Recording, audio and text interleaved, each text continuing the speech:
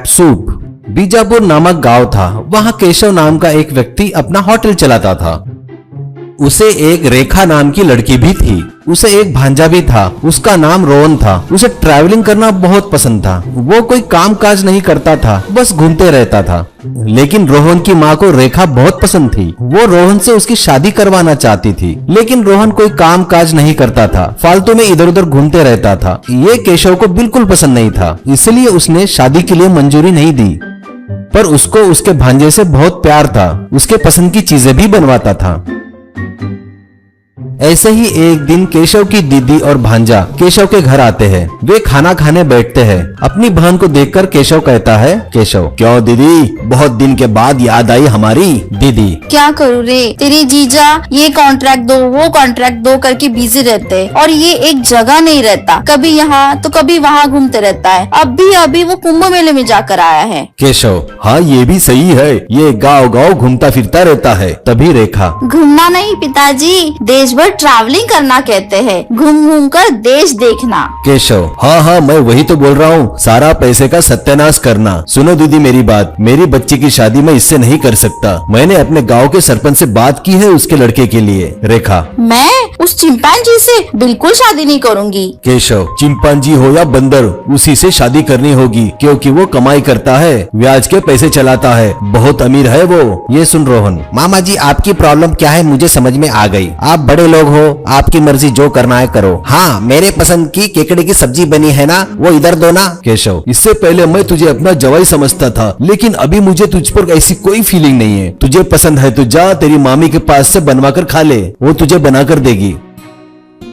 कुछ देर बाद रोहन वहाँ से जाता है अपने दोस्त बालू के पास। जाकर कहता है, चल बालू केकड़े पकड़ते हैं। तब बालू कहता है, यार केकड़े तो प्रेसिडेंट के खेत में अच्छे मिलेंगे। तब दोनों प्रेसिडेंट के खेत में जाते हैं और खुद केकड़े पकड़ते हैं। ऐसे पकड़ते वक्त एक छोटा सा केकड़े का बच्चा रोहन की उंगली को काटता है और पकड़ लेता है। बस फिर क्या था, रोहन दर्द के मारे उछल कूद करना चालू कर दिया। तब बालू उस केकड़े को अलग करता है और साइड में रख देता है। रोहन उस केकड़े से कहता है, अरे छोटे से केकड़े, तुम सबको लेकर जाऊंगा, मेरी मामी को देखकर उनसे पकाकर खाऊंगा, ये सोचा था मैंने, पर तूने मुझे काट लिया। अब देख, तेरे सामने ही बाकी के केकड़ों को पकड़कर तेरे ही सामने खाऊंगा। ये देख, तेरा दिल दहल जाएगा, तेरी फट जाएगी, तू अपनी जान की भीख मांगेगा, गिड़गिड़ाएगा, माफी मांगेगा मुझसे। बालू, भाई रहने दे, ये सब चीजों की जरूरत है क्या? रोहन, जरूरी है भाई, दुनिया भर घूम चुका हूँ, ऐसे ही नहीं हर चीज आता है मुझे बनाना। तू देख मेरे कुकिंग का पावर। उसके बाद पकड़े हुए केकड़ों को साफ करते हुए बालू को सामान लाने को बोलता है। थोड़ी देर बाद बालू खाना बनाने का पूरा सामान लाता है। अब वो चूल्हा लगाकर लकड़ियां लाकर खाना बनाना शुरू करते हैं। ये सब छोटा सा केकड़ा देख रहा था। अब उस खाने की, केकड़े के सूप की खुशबू रास्ते में आने जाने वालों को आने लगी। वे लोग गाड़ियां साइड में लगाकर उसके पास आने लगे।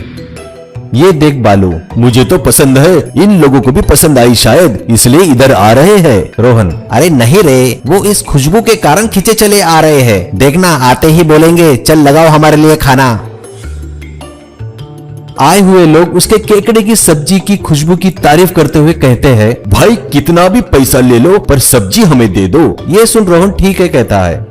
उतने में प्रेसिडेंट का लड़का जॉकी वहाँ पर आता है। जॉकी, क्यों रे ट्रैवलिंग राजा, तू मेरी होने वाली बीवी से शादी करेगा ऐसा प्रण लिया है क्या? अच्छा, क्या रे, क्या बना रहा है, इतनी बदबू आ रही है। रोहन, वाह मस्त टाइम पे आया, ये देख कितने गुस्से में है ये छोटा केकड़ा, तेरे लिए ही पकड़ के रखा है। आ इधरा नज्जी का। ऐसा बोल के केकड़े को रॉकी के नाक पर फेंक देता है। केकड़ा उसके नाक को काटता है। रॉकी, अरे बाप रे, ये मेरी नाक को काट रहा है, बचाओ बचाओ बचाओ। चिल्लाते हुए इधर उधर कूद रहा था, कीचड़ में लोड़ रहा था, फिर भी केकड़ा उसे नहीं छोड़ रहा था। फिर बालू जाकर उसे छुड़ाता है। तब रोहन, क्यों बे जॉकी चिंपांजी के फेस वाले, अगर दोबारा मेरी मामा की लड़की के आसपास भी भटका ना तो सोच ले तेरा क्या हाल करूंगा। जैसे इस केकड़े से तेरे नाक को कटवाया ना, इसी तरह किसी और भी जगह कटवा सकता हूँ मैं, सोच ले। चल अब निकल यहाँ से। जॉकी वहाँ से भाग जाता है।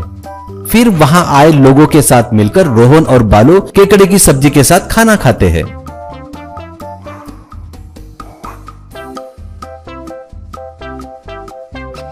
बाद में रोहन से बालू कहता है, केकड़े की सब्जी के साथ जौकी का भी काम हो गया, किस्मत अच्छी है तेरी, अब जौकी अपने से कभी नहीं खुजाएगा। पर एक बात समझ में नहीं आई यार, उसके खेत के केकड़ों के बारे में पूछने के बजाय अपनी नाक भरी केकड़े से कटवा कर गया। ये सब कैसे पसंद आएगा यार तेरे मामा को? रोहन, अरे नहीं रे बालू, मेरे मामा को सब पसंद आता है, ऐसे ही मुझे डराते हैं ताकि मैं कोई काम धंधा कर सकूं। मुझे पता है यार, इस चिंपांजी से शादी करना मेरे मामा को भी पसंद नहीं है। बाद में वहाँ खाना खाए आए लोग रोहन की तारीफ करने लगे और वहाँ से चले गए। फिर उस छोटे से केकड़े को रोहन वापस उस खेत में छोड़ देता है। लेकर बस एक गांव में एक धनवान व्यक्ति बहुत प्रकार के बिजनेस करता था।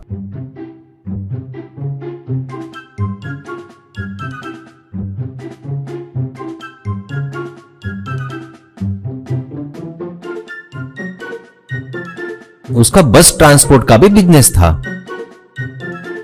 उसके 3 लड़के थे, मदन, गगन और अमन नाम था उनका। पिता, देखो बच्चों, हमें हमेशा मिलजुल कर रहना चाहिए, एक दूसरे से सुख दुख बांटना चाहिए, एकता में ही हमेशा बल होता है। ये बातें उन पर खास प्रभाव डालती है। उनकी एकता बहुत ज्यादा हो गई थी। ये एकता उनके माँ बाप का सरदर्द बन गई। तीनों कपड़े सेम पहनना, तीनों एक ही साइकिल पर स्कूल जाना, तीनों एक ही थाली में खाना खाना, एक ही बेड पर सोना, ये देख उनके माँ बाप सर पकड़ लेते हैं।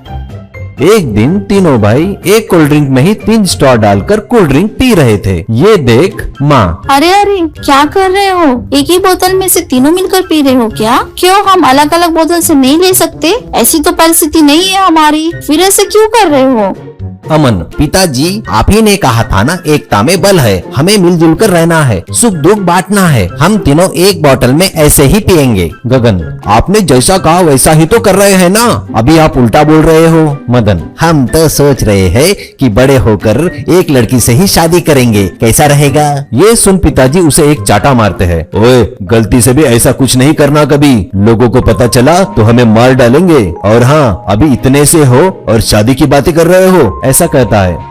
कुछ साल बाद वो बड़े हो जाते हैं। तीनों भी सेम कपड़े पहनना, एक ही बाइक पर तीनों घूमना, एक ही थाली में खाना खाना, एक ही बेड पर सोना। कुछ दिन बाद धनवान को उसके बिजनेस से बहुत नुकसान होता है। अपनी प्रॉपर्टी बेचकर उसने उधारी कर्जा चुकाया। बस उसके पास एक घर और 3 बस बचे थे। पिताजी, बच्चों, मेरी इच्छा थी कि मैं तुम्हें बहुत संपत्ति दूं, लेकिन अचानक बिजनेस में नुकसान हो गया, इससे सब कुछ चला गया। आखिर में ये घर और 3 बस ही बचे हैं। तुम तीनों को मैं एक एक बस देता हूँ, ये चलाकर पैसे कमा लो, इससे ज्यादा मैं तुम लोगों के लिए कुछ नहीं कर सकता। माँ, हाँ बच्चों, तुम्हारे पिताजी बहुत मेहनत करके कमाई हुई दौलत ऐसे चले जाएगी सोचा नहीं था, तुम्हें बस चलाना पड़ रहा है, ये देखकर तकलीफ हो रही है। मदन, आप लोग टेंशन मत लीजिए, हमें पता है आप हमारे लिए कितनी मेहनत किए हैं। चलो ये बस तो है हमारे पास, ये देखकर खुश होना चाहिए हमें। गगन, अरे हाँ, हमारे पास रहने के लिए घर तो बचा है ना, अब ये बस चलाकर घर चलाने की जिम्मेदारी हमारी है। अमन, लेकिन हम अलग अलग बस चलाएंगे, अच्छा रहेगा क्या? कुछ भी करेंगे हम तीनों मिलकर करेंगे, यही तो पिताजी ने हमें बचपन से सिखाया है, एकता में बल है। पिताजी घबराते हुए, अरे क्या बोला रे तू, पागल वागल हो गया क्या? तीनों मिलकर एक बस चलाएंगे क्या बेवकूफ? माँ, तीनों अलग अलग बस चलाओगे तो ज्यादा पैसे आएंगे, एक ही बस चलाओगे तो कैसे? मदन, अमन सही बोल रहा है, परिस्थितियाँ कैसे भी हो, मिलजुल कर रहने में ही ताकत है। एक ही बस चलाएंगे तो अच्छा रहेगा, पर कैसे समझ में नहीं आ रहा है। रोज एक बस चलाएंगे क्या? अमन, नहीं नहीं, मेरे पास एक आइडिया है, ये तीनों बस मिलाकर एक ट्रिपल डेकर बस बनाएंगे और बारी बारी से चलाएंगे। बाकी दोनों भाई भी सहमति देते हैं।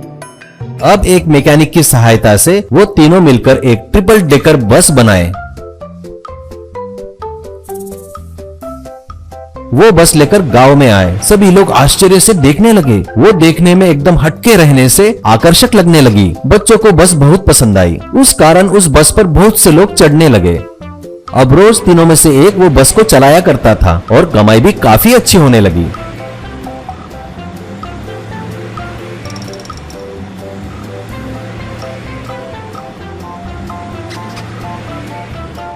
बच्चे वो पैसे लाकर घर में माँ बाप को देने लगे। वो देख माँ बाप बहुत खुश रहने लगे।